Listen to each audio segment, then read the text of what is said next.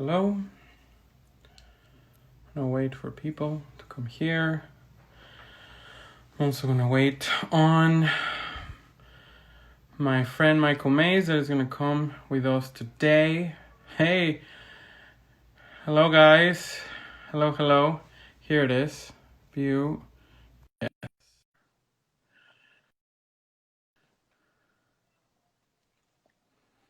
I'm waiting for Mike. Hello guys. Ah, good Saturday. I think he's coming. There you are, brother. How are you? Hey man, sorry, my phone is in stir right now, so I had to find a different location. Hey, How's it's that? okay. It's okay. Hello, Sasha. Sasha's here. Good morning, brother. How you doing, You're man? in Colorado, right? Oh yeah, man, it's I'm beautiful. good. I'm good. 60 Good. degrees outside, sun Good. shining. Love it. My apologies to all my southern friends. I know they're suffering right now, but it's great here. It's hot here. I It's know. hot. Hello. It's about 98 in Dallas right now. It's like 90 to like I have to wear like always caps. I never wear a lot of like sombreros or anything, but I'm that bald guy now. Like if not, Yeah. you I know, stopped. I I stopped wearing my cannot survive. suburban. The only That's awesome. Hey man, well, I wanted to, invite the one and only Michael Mays. We have a few things to chat about today. But first of all, we had a week. I want to talk a little bit briefly about, like you drop an incredible kind of mini series with Jermaine. Can you talk us a little bit about that program? I want to talk a little bit about your experience to be with them, and how did it go? oh man, I mean, when when George Floyd's murder execution happened, and the whole Mm-hmm. the whole world was running around, what do we do, how can we help, what do we do, right? And yeah, I mean, that's what we were all wondering. We didn't know what to do. And I started thinking about, where do I have any kind of power, where do I have any kind of like amplification? And then I thought, well, it would be really a lot better if it wasn't me talking. It wasn't me in front of the camera. Yeah. Me. Michael Mays, the Quick. Michael Mays, the Quick. Yeah, it's the Quick with Michael Mays, and it could be the Quick with anybody. It doesn't have to be me forever. Because I kind of thought maybe when we first started this project that maybe at some point I'd find somebody else who was like, I'm right in the cut with the Quick. I think I'd be great, and pass it on to them sometimes. I can't do this forever. And then I thought, Yeah. well, hell, I know somebody who could take this show right now. Buster, come on. I know my dog's crazy. Don't worry. I could just hand the microphone over to Jermaine and have him select some people that are like him.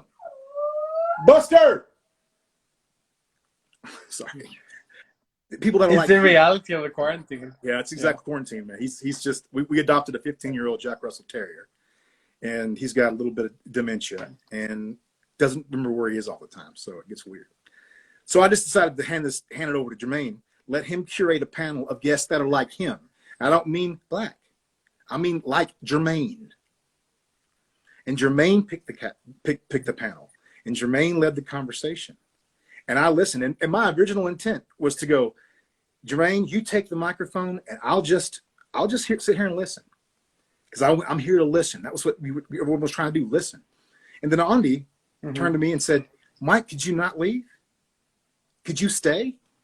Because we need to hear from you too. We need to hear what this issue means to your cultural and personal context. And of course I did. Yeah. But, of course I didn't talk as much as I listened. But there were some perspectives that somebody who came from an incredibly racist part of the country. And I don't say that I'm not being hyperbolic, because I grew up with it. I grew up with the N-word being my daily bread. I heard it all through school, all through college. It was normal. Okay. When I was in high school, all the Mm. rich kids in high school, if they ever felt rooked, or if they ever felt like they had been taken advantage of, their way of expressing that was to just go, oh, Jewish. And that would happen in our high school in front of our teachers. And they never said a word. The first black kid I ever met in my life, his name was Tony. And he was the only kid at my elementary school that was black. Everybody else was redneck, white folks, man, and poor like us. And we all stood on the playground, sitting there looking at this new strange kid that we'd never seen before, never actually had a conversation before. And I walked up on the jungle gym because I'm Mike Mays. And I was like, hey, N-word, how you doing today? My name's Mike. What's your name? Now that's the Well, we world have that I been. came from. And you can't get from that world to this world without doing a little bit of listening. And that's what, and I tell you, that journey from that place has not been an easy one. And it's not been one that I've done without mistakes. Let me tell you much right now. And there are things that I learned in that conversation from my own behavior, even recently, even after I've made this long journey from right-wing Republican to Democratic Socialist. There were things that I was doing and things in my life that I needed to get out because I just didn't realize. And that's what these conversations do. They allow us to actually, we are spend so much time in our own bubbles and so hardened into our positions that we just don't listen to the very people we're talking about. And I have offered several times to the people that I see on my Facebook, my social media, that constantly post these talking points that are meant to undermine the Black Lives Matter movement and meant to try to destroy it. And they have all these preconceived notions about what they know about the black community. But they don't know anything about the black community. And Mike, and I try to have them to have the conversation, and they refuse to have the conversation. So, sorry, I went on for a bit there. And I wanted to. No, it's great that I love the passion and of course the journey that as friends we have discussed from where you come and where you are, and that famous said that we hear a lot in our industry or even in general, like open public publications. I hear, especially coming from a minority, I feel sometimes a little kind of misguided or confused when I hear we need to be educated, right?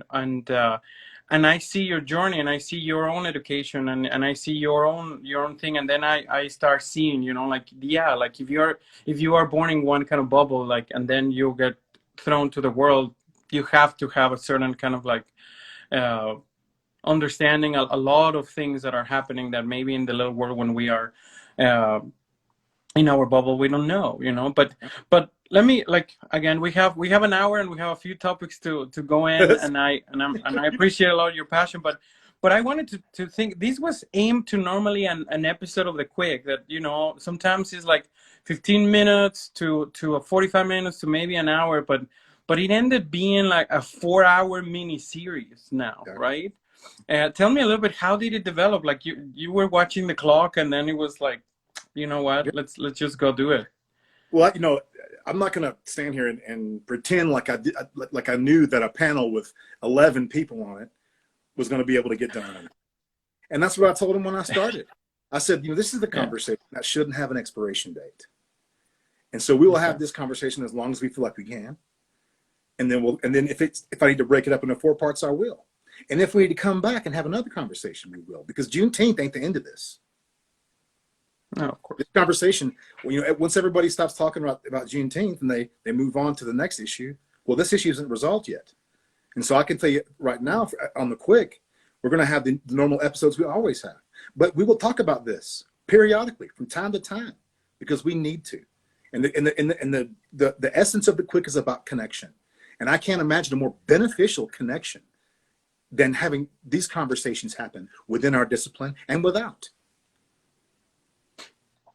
I agree. And also on top of that, we experience a little like social experiment. So I don't want to go yet into a complete judgment or a complete reaction about what we went through this week promoting this series through the Facebook platform, you know. But actually, for the ones that don't know, we push the 4 episodes individually, each of them, and we normally, as with a lot of our content, we put a little bit of ads, you know, putting some ads that are out there to expand the content reach beyond our own followers. Very very common, you know, in every, it's a commercial practice that business Facebook allows. And we run ads for every single piece of content that we expel in TDO Network, that we produce. And this time, for some reason, every single ad that we did for the episode of The Quick was rejected. Well, and we were flagged for not being able to publish social issues. But at the same time, we were allowed to push advertising for our content that is coming up for Pride. And it was very tough to see, because you see a pattern. Right now we're in a process of appeal, so we don't want to put judgment right away. But you get a little, you know, like with the scar so open, with the sensitivity is so high, with captivity also, with the quarantine and everything is kind of augmented. As the content creator and as the vet advocate, and of course you had, I'm sure, some conversation with Jermaine that led that conversation. How, you know, what do you feel like? How you even, I felt that it was, oh, now we would have to be even louder. And actually we shared some of this story in our personal accounts, and I got like 150 reshares, and you too, and Jermaine is also getting a lot of attention. Again, we don't want to go yet and definitive accuse anything, because we're in the process of appealing, but definitely it kind of like for at least for me as the producer, like it punched me in the gut. How was your feeling on that? Well, I was pretty devastated, because Yeah. the panel of guests that Jermaine had assembled for our panel were voices that we don't hear from all the time. You know, that's one of the it was kismet, but the panel he assembled was, I was like, I haven't heard these particular voices talking about this issue. Mm-hmm. And I thought, well, this is finally, we're going to hear like a different, you know, just a different perspective. This is fantastic. Yeah. And there are voices that, like, I think every one of those folks is a talented singer and a talented actor and a talented entrepreneur, which every single one of them is on that panel. Yeah. And to see them shut down because it incites hatred or violence, when the very purpose of that panel was to diffuse racial hatred and violence.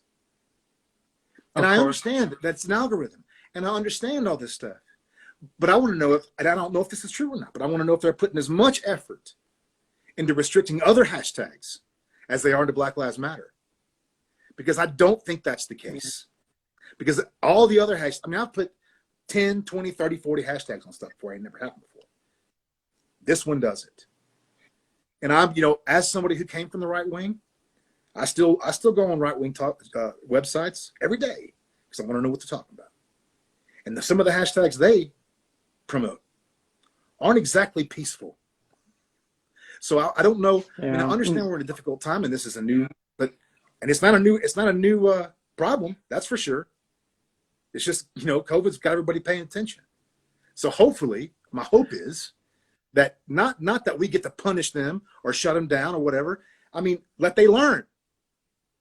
And that this doesn't happen to anybody else. That nobody else's voices get shut down because of this glitch or whatever it is. And at the end of the day, you know, I wanted again to start with this because, you know, as you said, we have a little bit of an augmented platform now with TDO Network and the fans and friends that join with us every week to all the content that we have.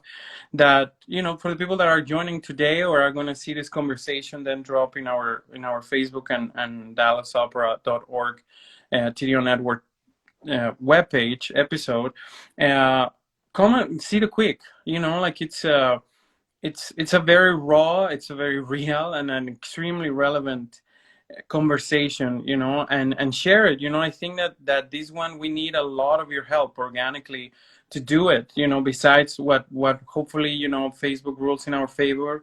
We're waiting for that answer in the next 24 hours, and I can't wait to see it. You know, like the truth wins. You know, because again, and I we believe here at the Dallas Opera and the Tune Network and the content creators that are, you know, helping us to create this incredible movement.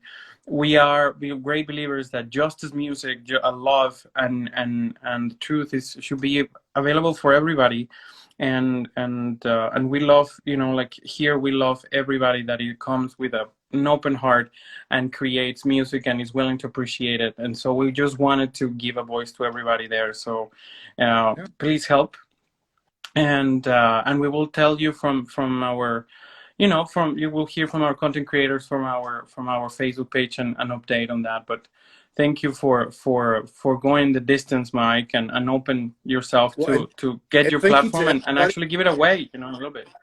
Well, I mean, I do. That's look, man. That's been. I mean, I always use what I can to help because, you know, that sounds self-aggrandizing, but it's literally like a part of my.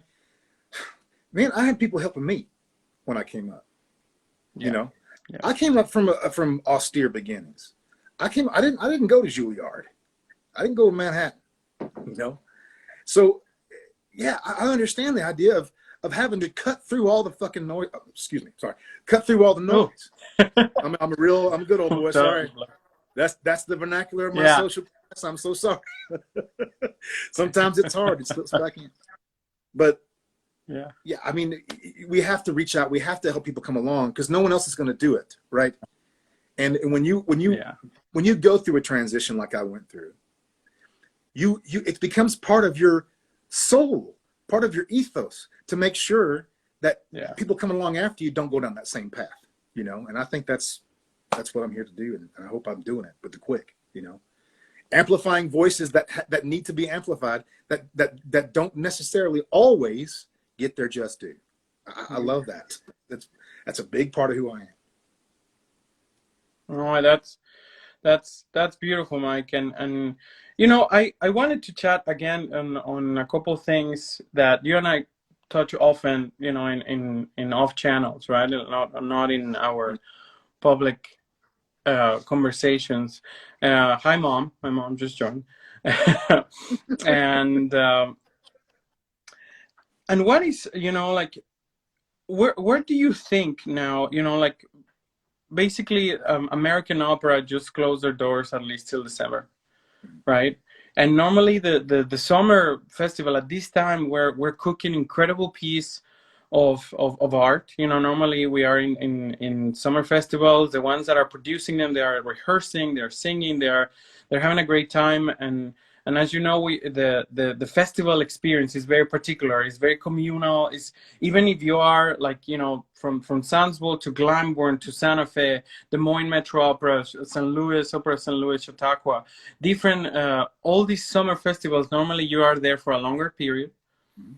Since they are in very specific location, it's not like you coming out of that city.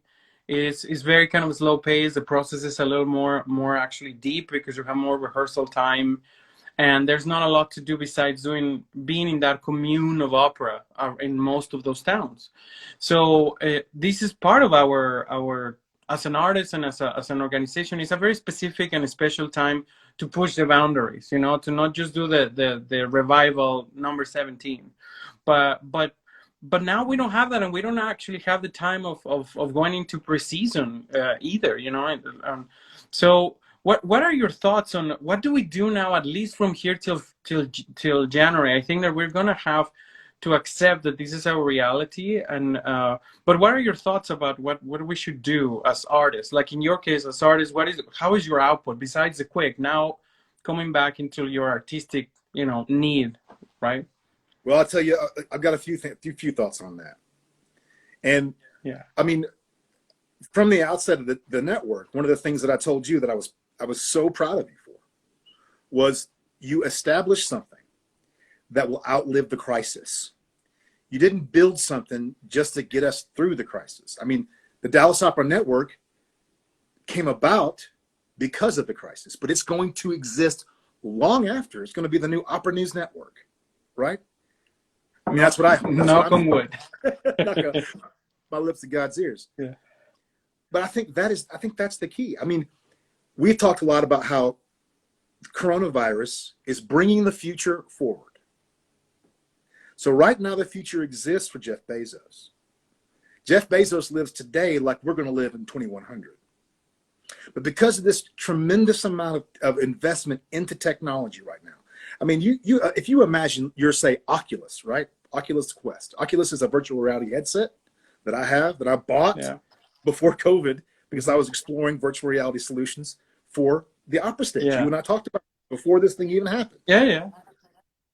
And you look at that. When COVID hit, Megan went online to try to buy a Quest, and they were sold out.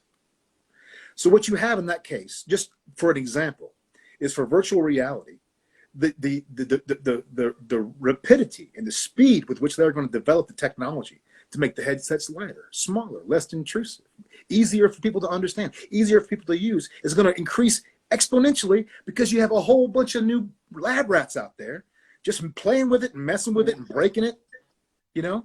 And so digital technology especially, is going to advance rapidly in the next 5 years. And so we as a community need to understand that, yes, COVID has taken something from us temporarily, but perhaps, and I'm not discounting the devastation, man, we all know that. Everybody, I mean, I was on the road 11 months a year at times. I love it. You wouldn't be on the road that much if you didn't love the communal aspect. But right now that's taken away from us, and we can sort of bridge that gap with some digital works and begin to move into the future with this technology. Because we, like what happens in every other, the world moves on, and opera is 20 or 50 years behind everybody else. This is an opportunity for opera to put a foot in the future and begin to understand that in the next 10, 15 years, we're going to see technological developments for digital interaction, digital stages, conferencing, real-time interaction over global distances. These things are coming. And for an example, I just watched a movie on my virtual reality headset today. It was like 10 minutes long. And I'm crying inside of my headset. Tears are pooling. And I'm not crying like I cry when I watch a television. I'm crying because when you're in virtual reality, you're in a 360-degree infinite space. There's nowhere else to go. You're in this space. You're completely immersed. And what are we always talking about with opera? Let's immerse people. Immersion is super important. Yeah. Only place I have an emotional reaction like I do in the opera house is in that headset because you are totally immersed. And so you think about, using virtual reality as a stage or virtual reality as a design tool for designing productions or as a way to communicate. I mean, once the latency problem is solved, and it will be solved, you'll be able to collaborate in real time, stream real time on digital stages that look amazing and that can do more than we ever could have done with the technology. Wagner today would be all over virtual reality and digital. He would be all over it. Yeah. Because he was all over technological innovation during his time. Yeah. So those composers back then that were revolutionaries, they will be revolutionaries today too. And the revolution is happening in the digital you touched several aspects, and we had a very incredible article this week by our friends in Arts and Seeks and the incredible Jerome Weeks that noticed what we're doing with TDO Network, and it was very, very, very telling. Like, thank you for all the people again, that are supporting us in this. Check artandseek.com and check what they said about TDO Network. Is really, really special. But one of the things that I found a lot is that you said it yourself, opera feels sometimes like it's 15 years behind. It feels that that we want to preserve. I don't get me wrong. I love and I like crave and I performed several years a lot of that and the live experience. There's no way, you know, like the performance live is fantastic, Mm-hmm. and that's something that I enjoy tremendously. So I feel that we have to also address to also address the fact that we are not as present in our phones, and that's a business model that I'm a little concerned. You know, it's still, you know, I feel a lot of the conversation is steering into virtual experiences or digital experiences based on the way that we produce opera. Don't get me wrong, like I think that we have to create like now for profit experiences for our audiences, you know, but I think we're going to have to change also the way that we think that we can monetize those platforms, you know. Mm-hmm. I hear a lot of conversations about digital products and co-productions, and film is expensive. VR is even more, you know. It's nothing like you can ask like a grant or a gift for like $10,000 and you create a VR. No, Let me like that's maybe let just me ask you rental this, of two Dusty. pieces of. Let me Yeah, ask you this: how much tell me. does new production of Labo M cost? Oof, depends, you know. Like I think that Just a new ballpark, 10 production, million. depending where, you know, in a level one opera house, you again bare bones, you wouldn't go below like very tiny seven figures. Like you cannot go below 1 million. There's no way with a new production at level one. Yeah. What do you think? Yeah. What do you think that a VR tech and an artist could do with $1 million? Yeah, it's now, I think, don't get me wrong, like I Or love that thing 500 and or I think that you can. 250,000. That's what I mean. Is like Yeah, we, we take I do. one thing out of the season and invest in the future. Don't do the whole thing. I understand. We don't want to go to one extreme or the other. That's how we lose. You know, because the landscape is going to change every day. We know this now.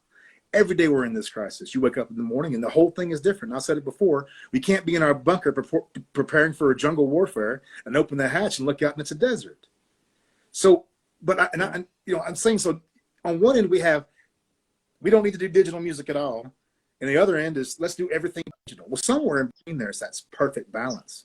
And organizations like Dallas Opera, and organizations like Houston, Atlanta Opera, and those are just people that I talk to. I know they're doing it. They're taking little pieces of their budget Yeah. and dedicating it to the future of this art form. And I think that is to be lauded and extolled. And we should be lifting these people up and saying, absolutely, look what they're doing. We should be doing that, you know? I think that we're waking up, you know. I see a lot of on my side of the chair, a lot of like we're starting to get, you know, pitches for very elaborated projects of film or digital experience with heavy editing. There's a lot Mhm. that we have, and we have to have like somewhere in between, you know, like exactly what like my colleague Lisa Beery, our head of strategy in Dallas Opera, just facilitate here. We have to have the product. We have to have the live product. We have to now also aware that our business model has to also have a very strong wing of digital content, of talking about it. You know, like you have now opera, it cannot be that only the bloggers or the magazines are the ESPN of the NBA, right? Like of that. We now have to have a robust system that allows people, and this is the real thing, to be fans.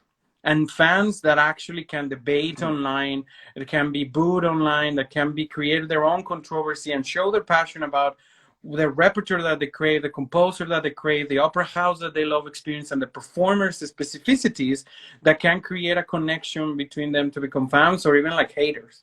You have to allow that space and create a digital platform that allows you to have that interaction with your audience, and also very specific marketing with that thing.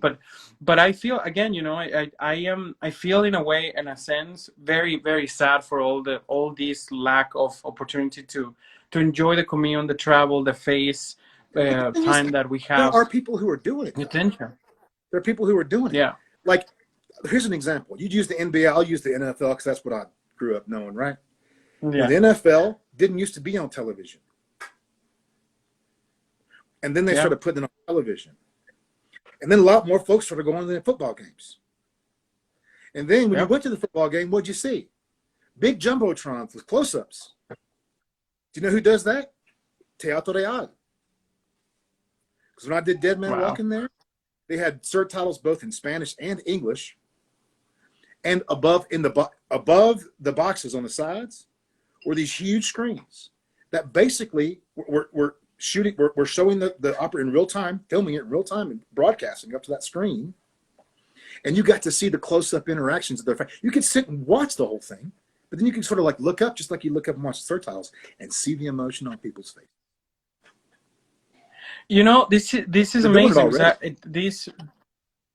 this proves a lot of the theory that like this crisis has I hope that all the results that so many other platforms, that I Opera at Home, what the Met is doing, what Opera Philadelphia is doing, what San Francisco Opera is On is doing, and definitely what the TDO network is doing now, it proves to our boards and our audiences that investing in digital media is a real necessity in the classical arts. We cannot remain being museum arts, dependent of just donations and ticket revenue. Like, we have to beef up the revenue system also to sustain the industry and its creators. Uh, Another thing that I wanted to touch, because, and again, we have only like 20 minutes more, um, but it was, what is your belief in the now when we open? Do you think, with all the hurt that has happened financially to the creators, do you think that we're going back, or we're going to experience a situation where now the market goes into more local dependency of artists instead of going abroad or Well, international? Or do you think that we still keep going into becoming an international business as we what are has been right the now? problem with this art form from the beginning? It feels disconnected from its community in a lot of communities across our country, right? It feels like Yeah. something other people do. And we talked about this earlier when we were sitting around kind of banging things around, like, what's a good, how do we, it occurred to me, like, Yeah. well, if we're not careful, opera will become stamp collecting. Opera will become the polo of the sports world, the water polo of the sport, not even polo, water polo, right? Because there are a lot of folks, there are a few folks who can make a living at stamp collecting, right? Most everybody else does it as a hobby. And if we aren't careful, that's what will happen here. Because when I was talking to my neighbor the other day, and I said, I got a question for you. He's a good old boy like me. Came up just like I did, just he happens to be 80. I said, let me ask you a question, brother. What do you think about opera? I mean, do you think, what would happen to American society if opera disappeared from the earth? And he said, well, nothing really. Wouldn't change it a bit. I said, what about football? Well, that would be devastating. What about the automotive industry? Oh, crazy. Because there's no local, personal connection to the art form for most of the people in this country. But if we go into our own communities and start speaking to our own communities with members of our own communities, and people say, well, that's impossible. Where does that happen? Europe, everywhere. Because when I work with my TS Klink in Stuttgart, when I walk around town, it's like walking around town with Elvis Presley. Because that man is a superstar. And they love him. And they come to see him. So I think, yeah, if you want to change, I mean, everybody wants to change the system. Well, let's just change it. What is to stop any company from starting an ensemble of 10 badass mama jammas and giving them health insurance, giving them a weekly pay that's less than what they get their big 10, but it's a different model, but it gives them some security, it gives them some safety, and it ties them into the community in which they're performing their art. So I think local is extremely important. I have heard a lot about it, and I think that we as companies, we have to start combining the hybrids. I do feel that there's a big gap sometimes into, the artists that are in college, in their masters. Mm-hmm. They come into the young artist programs in the United States. That is it's very hard to achieve that. There are very few of that are very well paid, that actually are going to help your artistic growth, and they are very demanding in your time and effort, to be doing that. But I feel that there's a gap between that and the superstardom, or at least the working artist that has a tour, that is 11 months, 10 months in the road. There is that gap that I think that is still in the maturity of opera singers, let's say. Um, can be benefited on a little bit of maturing, because also our voices, our psychological development, physical development for the opera singers, they arrive into their prime into like late 30s, 40s. So that cooking time would help. At the same time, like I always feel that connection that you talk about it, and that situation, that I'm a big believer that we have to break the zip codes in order to create international companies that are relevant. Like, so we have to find incredible aspects to be, as we do in, I feel a lot in TNN, where we try to reach, our audience digitally today, with the conversations that they're having with our backbone, like how we can relate with them. We're talking about the industry, but we are talking about social justice, equality, inclusion,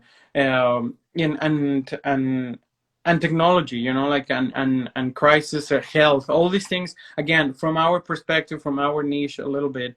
But we're trying to interact with the community now in a more real way. I think also, as you mentioned, we have to start working a lot with our artist community that we have surrounding us, and boost them, and train them, and give them, the platform, so they can also shine in this, and find in opera another output to their creativity. So I agree on this.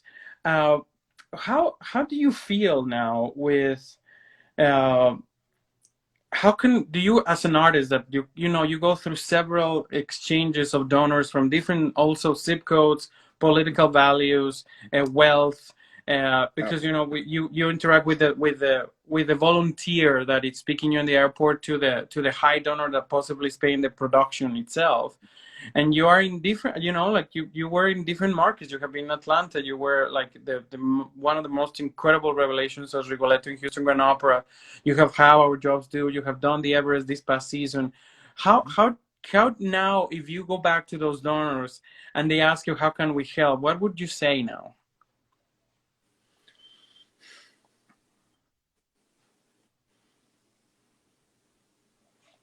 Tough one, I would right? say, what's a good boy? I mean, my brain is straining at my skull right now. I'm like, oh, so many things.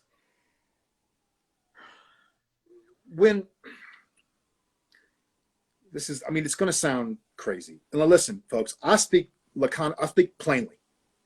Okay. And so please don't take what I'm saying in like, but listen, the art has to belong to the community. The art has to be owned by the community. Like and don't ever get me wrong, boy, we appreciate our donors. We appreciate them. Definitely. And I would love it if there was a company that was run by artists and funded by boards. Run by artists, funded by the board. The artists make the decisions, the board writes the checks. And not because we're like, get the heck out of here. No, you hire the best artists you can, and you just trust them to do what's right. Because we trust them to do what's right with us, right? Just get the best, most incredible, most compelling people you can and let them go. And I promise you, you'll get a product that you love. It may not be what you thought you wanted at the time, but that's what art does to you. And that's what new art does to you. Yeah. It changes what you want. And I think I think a lot of American communities would benefit from seeing themselves on the stage. Now, that's not my statement. That came directly from the panel that Jermaine assembled. They want to be a part of the community. The thing about singers too, if you put singers into your community, they're going to go above and beyond to help people and do things as much as they can. You know why? Because we have been trained to do this, not for the money, but for what we get out of it. What it does to our soul. Now that doesn't stop whenever we leave the opera house. And if you don't believe us, just look at the calendar of appearances that we have to do in addition to singing. And most opera Yeah. singers happy to do it, man. And not because we're like, because we need to get that money. No, we like to talk about art. I like to talk to donors. I know some singers, I got to talk to these damn donors. Not me. But you know what? You know how I talk to them? Just like this. I don't go in there with the. I didn't take some of the advice that I got when I was young, which was, don't ever say anything controversial. Make sure you're everything and make sure you dress like a banker. And make sure you wear a nice tie and have your hair at a certain length. And ladies, make sure your skirt's a certain length and don't wear anything too sexy, but don't be a wallflower. Man, screw all that. No, that is not interesting. They did not come to the opera house to see themselves see the people that see it work every day. They want to see something different. So let's get them something different.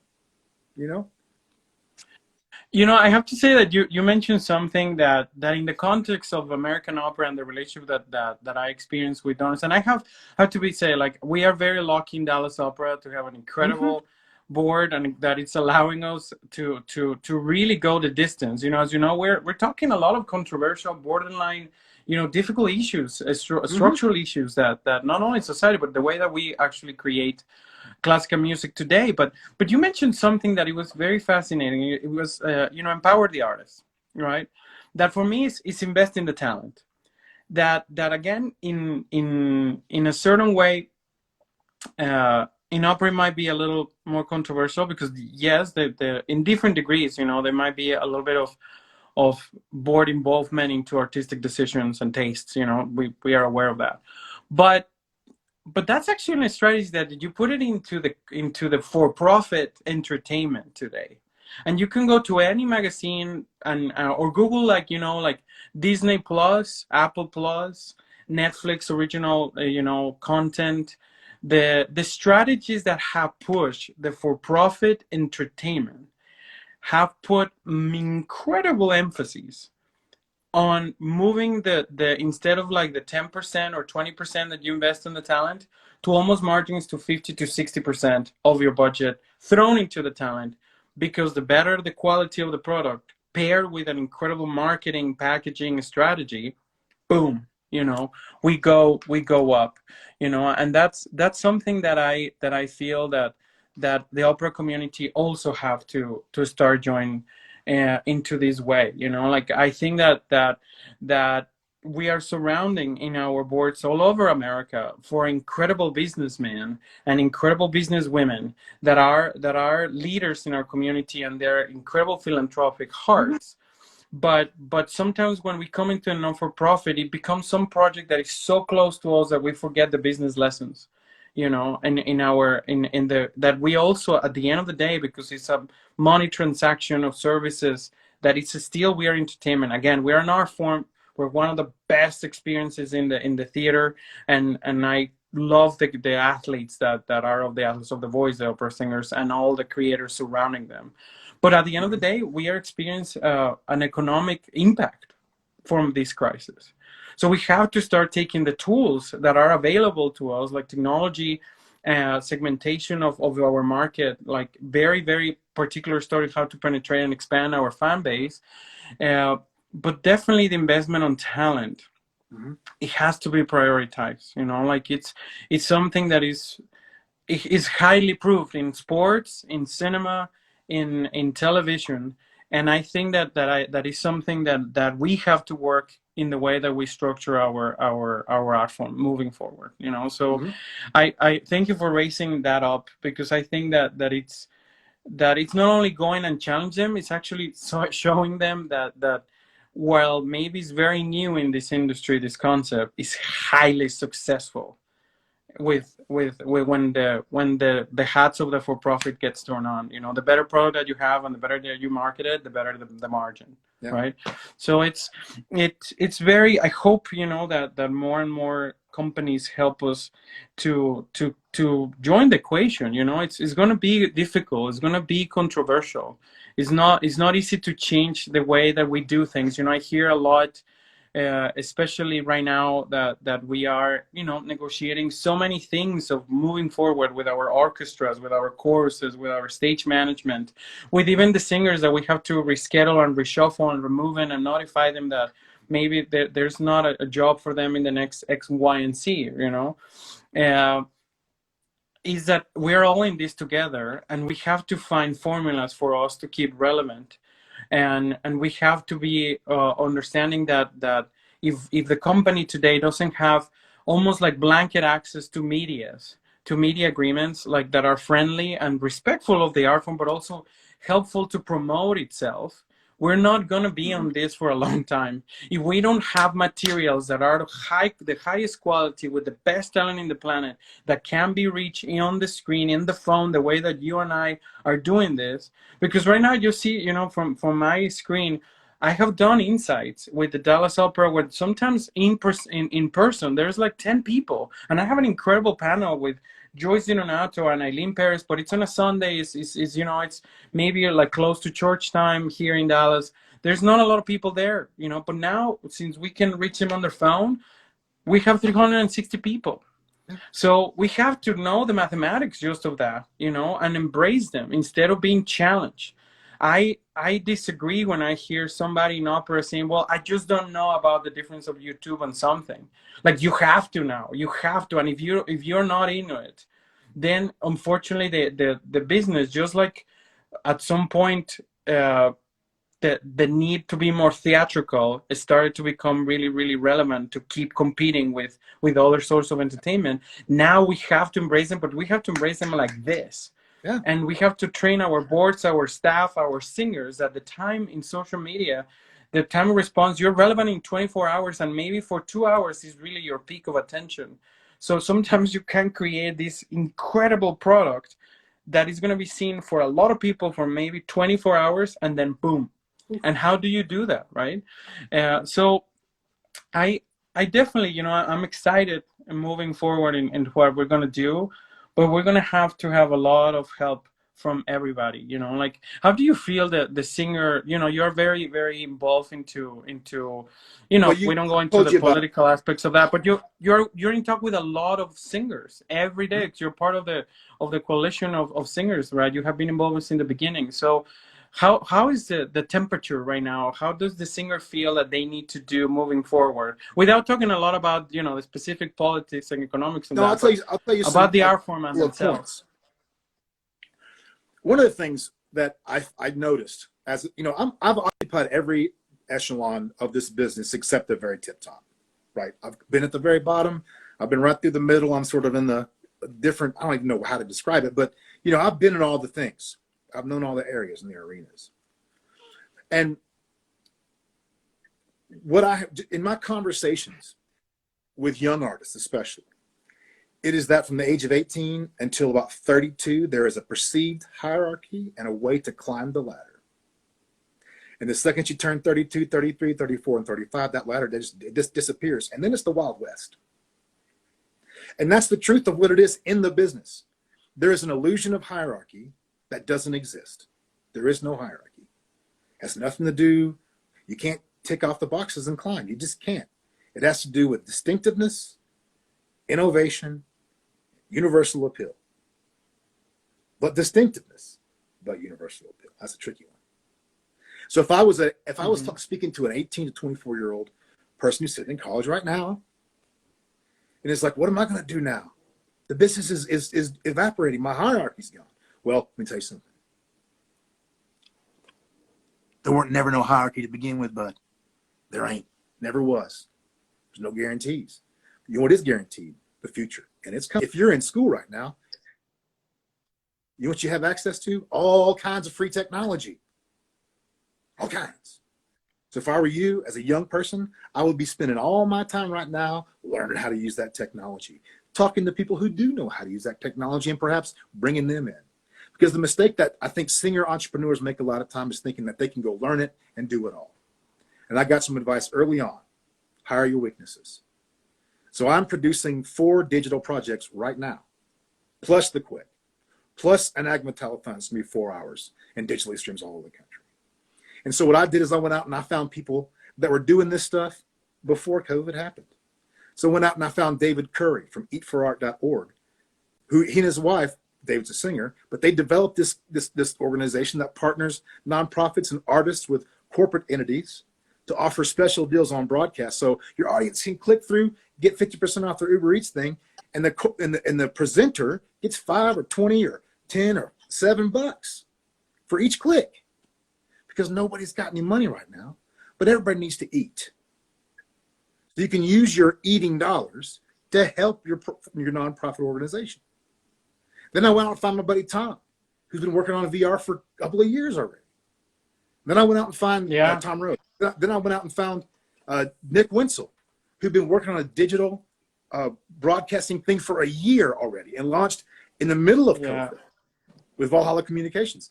So I went out and I found people that I knew things. And then we just talk and talk and talk. And then we just started making stuff together.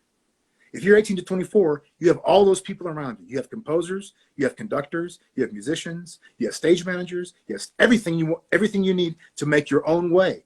And if you wait on the gatekeepers to make the decisions, let me tell you, folks, gatekeepers are old and they don't know things. But they do know when they see something cool, that and they may not know exactly what you're doing, but if you present it to them on a silver platter, it's a lot easier to get a yes. It's a lot easier to get a yes. So I think of all the singer issues that I think are important to address right now, it's the idea of singer slash. Because I believe personally that the era of specialization is over. That we're all going to have to do everything. We're going to have to learn how to produce. We're going to have to learn how to direct. We're going to have to learn how to conduct. We're going to have to learn how to do a lot of stuff.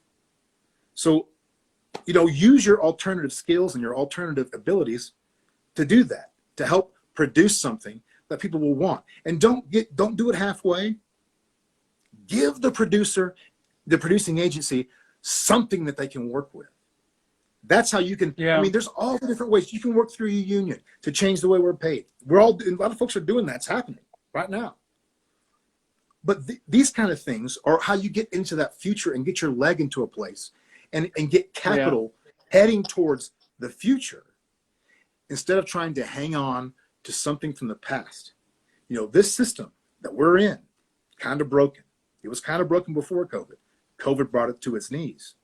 We can either spend this time trying to figure out how to get back to where we were, or we can forge a path forward and understand that the new reality in the next 20 to 50 years is not going to look like it did in 1997.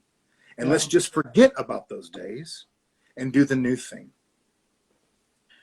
I love it, Mike, because I think you touch in 2 points that I resonate a lot, and I think we're almost running out of time on this one. But quickly on what you said, number one, I think the era of just being like good at one thing applies to everybody in the business. If you were in ticket services and you were just about like customer services, now you also have to know your operas. You have to be able to be a fan. You have to be able to know about social media, like be relevant in the conversations with your audience so you can have a better sales pitch. It's no longer about just one thing. If you are an opera impresario, it's not only about like how do you handle the room and how you can fundraise. It has to be also how you public speaking and how you public speaking on your Instagram, on your Facebook. Where is the social justice or social causes that your company is going to be immersed in your community in a very relevant in resources, in HR resources, in visibility resources, but also in cash and artistic resources. How are you going to be relevant in your community? You now, the way that when you apply for a job and they say, well, office skills, now you have to have social media skills. Like if you're in entertainment and you're not part of the conversations of the blogs and Facebook and the fans, like how are you going to tailor your product? You can be in a stock in a certain era of romanticism or certain perspectives, or you're going to hear it from very specific points of view. And you're going to be like, okay, well, I have to like I hear a lot of these things. I think that now, especially with the racial issues, everybody's joining into trying to program a lot of operas that are very violent to depict the situation that is happening today. And when we were talking about penetrating the Hispanic communities, we did a lot of mariachi operas. Don't get me wrong, they're good. they're not just the stories of my people either. You know, we fall in love, we have family issues, we have Romeo and Juliet episodes. You know, we are people, you know, so that's something that we have to also guarantee, that when you have access into the sphere of the social media, you get input from so many places that your richness of your decision making also grows. So as a leader also of part of the other side of the table, you know, just as artists have to know now how to self promote and self market and self produce and all these technologies to keep themselves relevant, also the administrators and the leaders and the boards and even our fans have to understand that our art form is constantly evolving, and now it's suffering a massive uh, immersion of technology into our art form, you know. So I think we have homework, you know. I think we have homework, as we have talked about it. We have to be brave, we have to be honest, we have to be social media savvy, we have to be technology friendly, we have to be willing to give the money back to the creators in order to get, you know, like real products that we can be proud of, and be open to change and hustle. You know, I think that that is something that we have to be very very aware. You know, it's no more the land of just you follow the path of going to school and then the young artist program, then I sing a few things, I get into the opera bits, then I get my cover in opera news, and then I'm at the 1%. You know, it's that the journey has maybe changed, and that's important. um, in the next 4 minutes, you know, I just want to first thank you, Mike, for joining. I know that it's a little earlier in the neck of the woods where you are, and I'm very thankful that you were brave enough and a partner enough, really, here to push the conversation of at least from our own little niche of classical music to really, like, with actions that is giving the stage to the people that can't and haven't had access. That's very brave.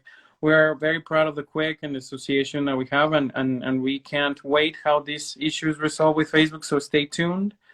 To everybody that tuned today, like, keep rocking. Like, we love you in TDO Network. We get incredible interaction. We have really new products coming in. Check the new series by Sarah Norton and Zach Finkelstein. They are very very educational about what we do backstage and how do we start a career in opera too, with a little more like specifics. And Can I say you one know, thing? happy Father's Day for tomorrow. Can I say And one yeah, thing? like, Mike, you have 1 minute.